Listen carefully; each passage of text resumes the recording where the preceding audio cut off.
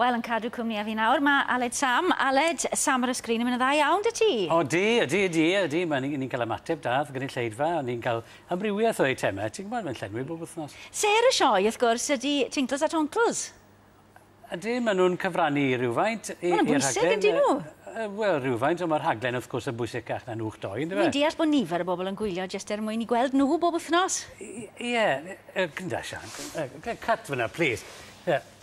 Mae Tinkles a Tonkles, right? Maen nhw wedi mynd, right? That's the end of it. Na gyd yn cael o un pennydd i'r Ond maen nhw'n bwysig, cofio? Na, dyn nhw ddim yn bwysig. They've gone, all right? A mae'r sgwrs ma wedi mynd i fi, sorry. God, Sian Thomas, pwy meddwl yw i? It's not all about you, you know, Sian. Ffwrdd o'i own na fyna na'r gath na, tos yr yfod.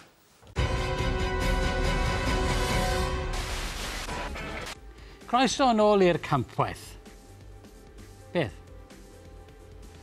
Ta beth, Helen Calliope-Smith wedi trydar i ofyn.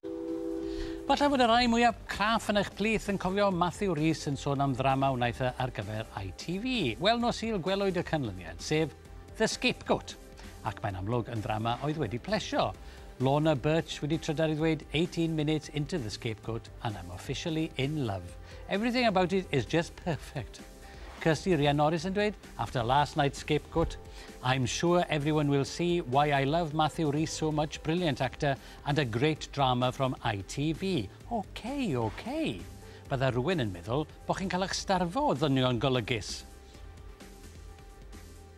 Ta beth, dyma glip ohono. I assume you're here about the money.